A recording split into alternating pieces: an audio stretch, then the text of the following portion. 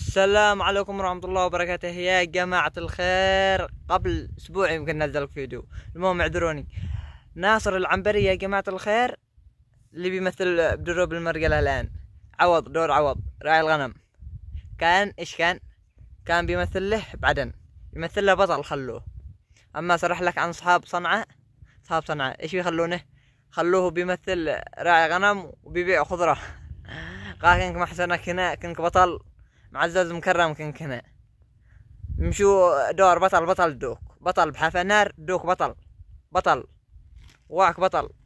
اما سرحك لك مع اصحاب صنعاء يخلونك راعي غنم، هذا مش يصلح. المهم يا جماعة الخير، باغي لكم يا اصحاب صنعاء، باغي لكم تشلون فهد قعموم، شلوه وخلوه يمثل معاكم. بيسكب لكم قهوة، وإن هذا أفضل حاجة. أصحابنا يسرحون راعي غنم بيبيعوا خضرة، واحد يسكب لهم شاهي. المهم يا جماعة الخير، كذا أفضل حاجة. صحابنا ما يستاهلون له كذا.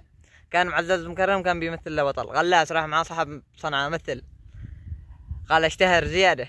كان هنا ورب الكعبة إنه مشهور، بيعرفون الناس كامل، أصحاب عدن وأصحاب اليمن كامل بيعرفونه. لا يسرح لك مع أصحاب صنعاء.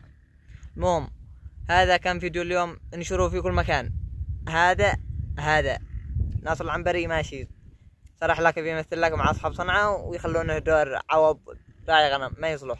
والسلام عليكم ورحمة الله وبركاته. انشروا المقطع في كل مكان. تحياتي لكم، نلقاكم في حلقة قادمة.